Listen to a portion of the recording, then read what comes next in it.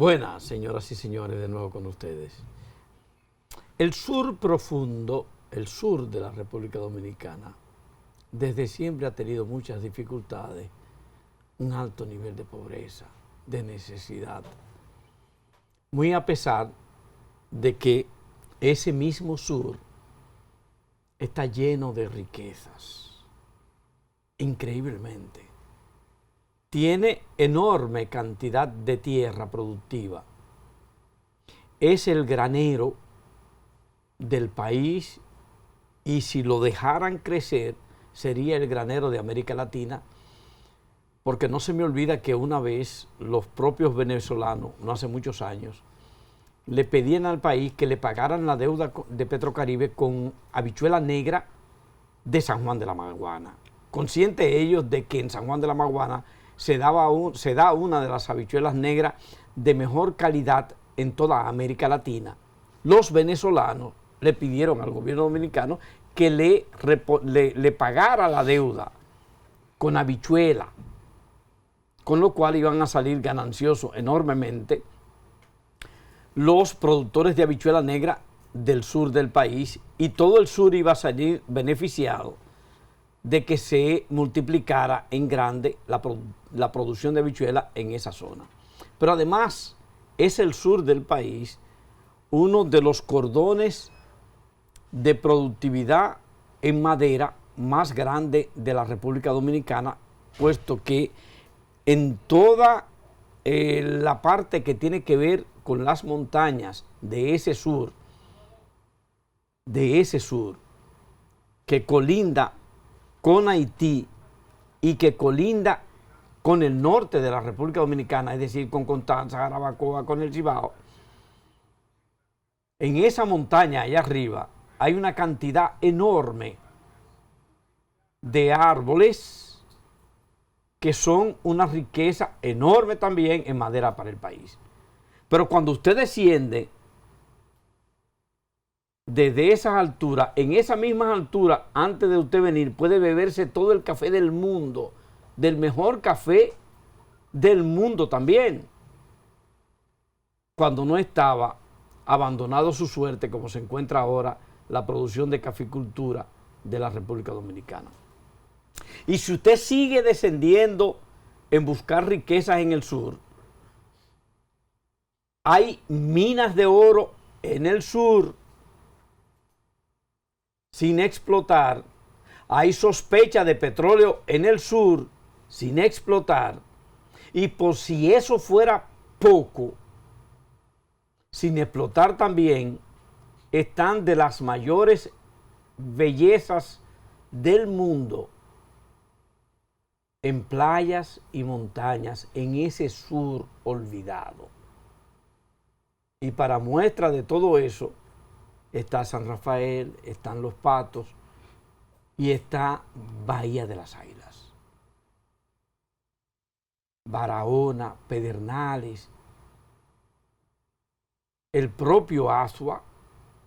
Son lugares que si se decidieran a explotarlo como destino turístico, usted, estoy seguro que no saldría del sur, porque tiene tanto o más como el este del país o como el Cibao para ser un lugar de ir y venir y no detenerse muchas veces en la capital y volver para el sur de tantas bellezas que tiene.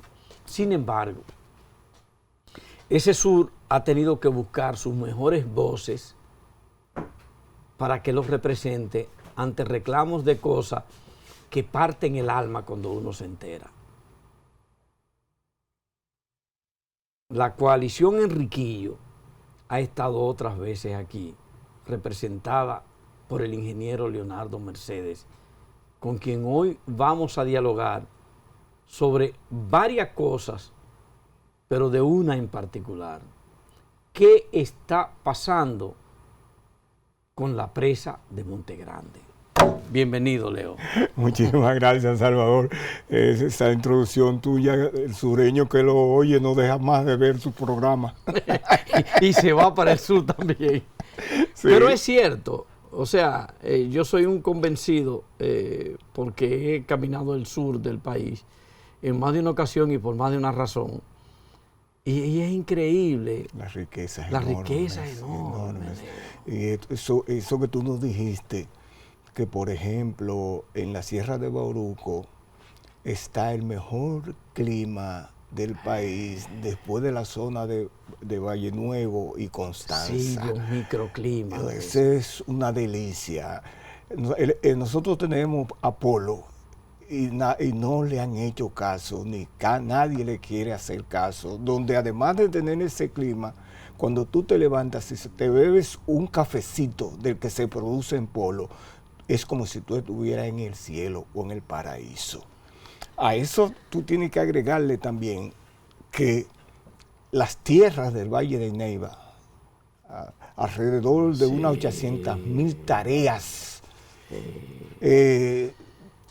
muy salobres en su mayoría, o sea, muy salinas, es otra riqueza que nosotros tenemos, razón por la cual, una de las cuales es que desde 1967, hace 55 años, los guaraneros y los surestanos hemos estado pidiendo, solicitando la construcción de una presa en aguas abajo del Yaque del Sur, con el fin de controlar el volumen de agua, los caudales de aguas que se pierden en el mar. O también, cuando hay crecidas, te inundan las comunidades en ese bajo Yaque del Sur y provoca muchas pérdidas económicas y de vida. Entonces, a sabiendas de ese potencial que nosotros tenemos ahí, nos levantamos para empezar a luchar por la presa de Monte Grande. Al final de los años 70, al final de los años 70, los japoneses hicieron todo un diseño y una propuesta para explotar las aguas del río Yaque del Sur y las tierras del Valle de Neiva. Pero no se le hizo caso, no se le hizo caso. Es en el 2009 cuando entonces viene a levantarse de nuevo el interés por la presa de Monte Grande. ¿Qué ocurre? Ya ha sido un vía crucis lo que ha tenido la presa. Desde entonces, cuando se hizo el primer contrato, la presa no pudo comenzar su ejecución porque el dinero que se suponía que el contratista tenía que conseguir para el financiamiento, que era una condición del contrato, el contratista, que es el mismo Andrade Gutiérrez, socio de Odebrecht, no puso el dinero, pero a pesar de ello, sería por alguna bendición divina, ellos consiguieron el contrato. Ellos consiguieron el contrato. Y a partir de ahí, ellos han jugado con el Estado Dominicano, con los presidentes, con los directores del INDRI, que es la entidad responsable de su ejecución, y le han aplicado a ese proyecto el paso de la jicotea. Ese paso de la jicotea hace... Según lo que se ve ahí en pantalla, en lo que tú estás hablando, Leo, es un proyecto... Sí, no, una presa que va, de las más grandes del país, va a almacenar unos 400 millones de metros cúbicos. Como ingeniero, ¿qué tiempo tú crees qué tiempo tiene pautada esa obra para realizarse? ¿Y qué tiempo tú crees que le falta? Ellos han dicho... Sí, mira, toda presa, y más de esa magnitud, tiene un periodo de ejecución de alrededor de 3 años. Esta comenzó en el segundo Picasso, en el 2016, y entonces... En el 2016. En el 2016. O sea que ya tiene 6 años. A 2022 ya tiene 6 años. El doble del tiempo que se lleva en construirse. El doble del tiempo que se lleva en construirse, pero no más. Vamos a la otra parte. al aplicar el paso de la tortuga por parte del contratista, esa obra lleva ya 34 cronogramas reformulados. O sea, 34 veces han tenido que sentarse para volver otra vez a poner el avance de la obra en el tiempo presente en que se encuentra. Pero espérame, Leo. 34 cronogramas en que vuelven a agendar. A rectificar, sí, para tratar de ponerse al día. Pero ¿qué ocurre? Que la obra no ha pasado del 60% de ejecución. En ese tiempo de ejecución que ya lleva de 6 años, o sea que tú le puedes promediar un 10% de avance por año. Un 10% de avance por año. Por año, o sea, es lo que yo te digo, el paso de la tortuga. Pero, sin embargo, ya ellos tienen en el bolsillo, a través de las ubicaciones y los pagos que han recibido, el 82% de los recursos que estaban destinados, los 250 millones de dólares que estaban destinados para la ejecución de ese proyecto de manera completa. Cuando yo digo de manera completa, es la presa en sí, es decir, el vaso, la pantalla y las instalaciones, pero además los otros componentes del proyecto original. ¿Cuáles eran los otros componentes del proyecto original? El diseño y construcción del sistema de riego del Valle de Neiva. 2 hidroeléctricas a pie de presa. La conexión y conducción de los 2 metros cúbicos correspondientes al acueducto del suroeste. Un conjunto de obras complementarias, canales, diques, tomas, que tenían que ser rehabilitadas para integrarlas al sistema de riego del Valle de Neiva. Pero además, las viviendas para todos los habitantes de la zona que desplazados por la ejecución del proyecto. O sea, estamos hablando de que no se trata tan solo de la presa de Monte Grande. Exactamente. Estamos hablando que se trata de las obras secundarias alrededor de la presa, sí, de las zonas impactadas, de los seres humanos impactados por la construcción de la presa, exactamente, que tendrían que ser parte, si se quiere, de ese megaproyecto para que eso tuviera la conclusión debida en el tiempo. Exactamente. Que el tiempo debe haber sido 3 años y pico y estamos hablando de que ya lleva más de 6. Más de 6 años. Y no termina este año como le han dicho al presidente. Señor presidente, abra los ojos porque lo están estafando sin darse cuenta, tanto a él, como diría yo, al director de el INDRI, porque no es posible que ellos no se den cuenta que Andrade Gutiérrez está aplicando la misma táctica que aplicó junto con Odebrecht en lo que fue el acueducto de la línea noroeste, en donde se comenzó con un presupuesto inicial de 136 millones de dólares y el proyecto terminó en 200 y pico de millones de dólares, porque ellos tienen un método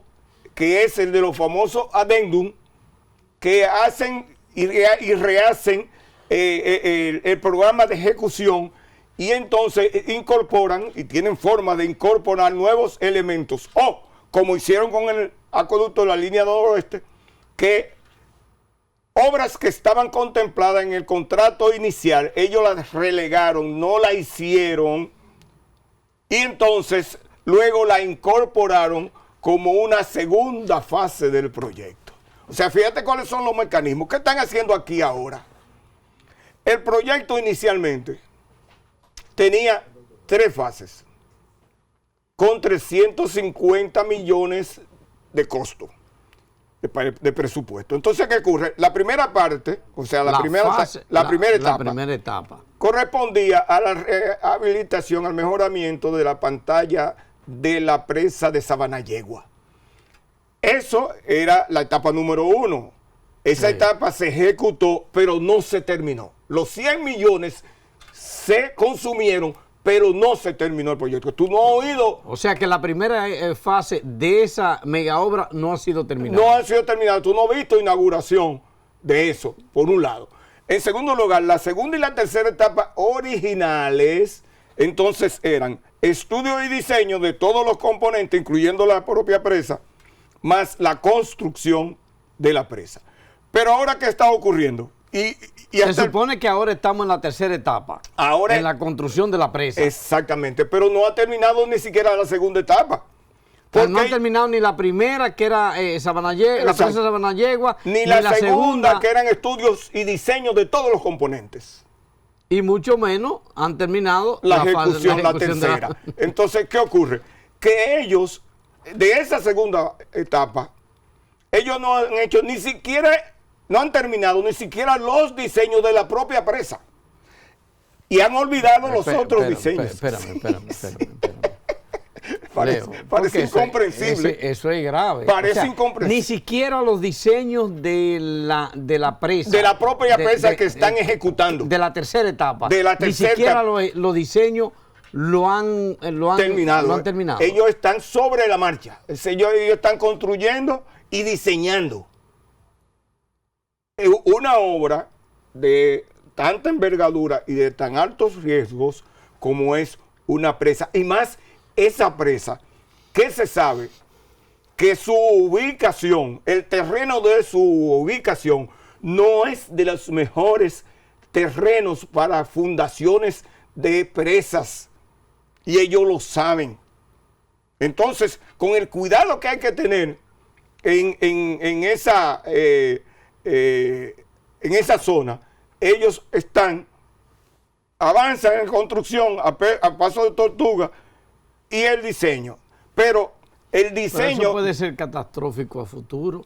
Pudiera ser catastrófico a futuro. Y más cuando tú tienes una supervisión que está enllavada con el contratista, que puede dejar pasar cosas que pudieran ser de alto riesgo en el futuro. Pero te voy a agregar los diseños del sistema de riego del Valle de Neiva, los diseños de las hidroeléctricas de pie de presa, los diseños de las obras complementarias. Eso no está. O sea, a eso no le han puesto la mano.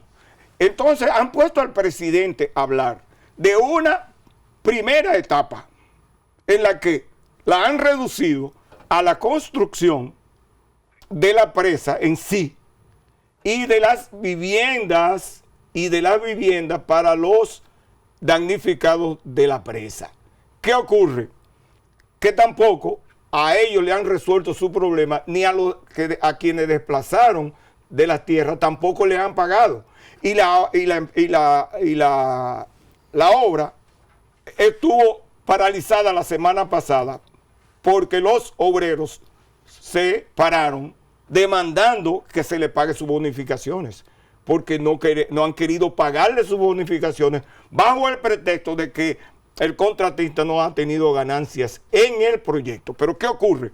Que ese contratista, cuando recibe el pago de una cubicación por parte del Estado, lo primero que hace es mandar alrededor entre el 40 y el 50% de ese dinero a su sede central en Brasil. Entonces, con lo otro que deja, no puede avanzar al ritmo que se compromete en los cronogramas realizados. O sea, y vuelve el retraso, y el retraso está retraso, y por eso no avanza. Y no va a terminar en octubre de este año, señor presidente. Óigalo muy bien. No va a terminar ese proyecto en octubre de este año. Es más, hay ingenieros y técnicos que elaboran en el proyecto que dicen que cuidado si terminan el año que viene. El proyecto de la presa en sí, como he dicho, la obra de la presa en sí, fíjate que no estamos hablando de los otros componentes. Y los otros componentes han puesto al presidente a que diga que eso se van a hacer en otra fase. Pero tú sabes por cuánto va ya en los adendum, en 4 adendums que han hecho con el contratista. Ya van por 446 millones. Cuando la obra original eran 259. 249 puntos y pico. 250 millones 250 redondeando. Millones. O sea, ya va por 400. Ya va por 446 millones de dólares y van por el 60% de construcción del proyecto. ¿Y cuánto más o menos le han desembolsado? Le han desembolsado el 82%. El 82% de los 250. De los 250. El 82%. El 82%. Y le falta cerca del 40% de ejecución de la presa en sí. Entonces ellos han usado la estratagema de reducir el proyecto a la presa en sí y a las viviendas, ¿verdad? Y han excluido para convertirlo en otro proyecto, en una cuarta etapa, todos los otros componentes de la presa. Que estaban contemplados en la tercera. Estaban contemplados en la tercera etapa y estaban en la segunda y tercera, porque había que hacerle 2 diseños también. Pero además que estaban contemplados en el tiempo de ejecución de los 3 años de la presa. Dios mío. ¿Y van cuántos? Van 6 años. 6 años.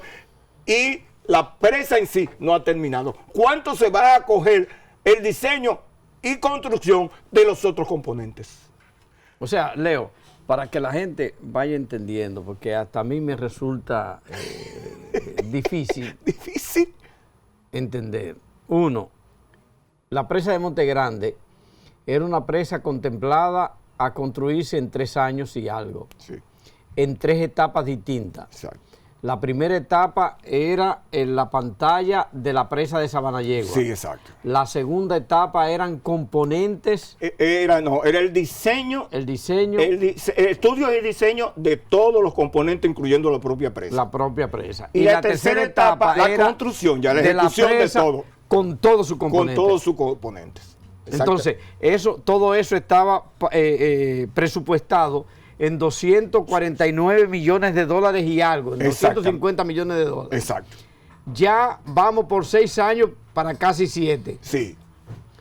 No se ha terminado por completo la primera etapa. Exacto. No se ha terminado por completo la segunda etapa. Y la tercera etapa tampoco.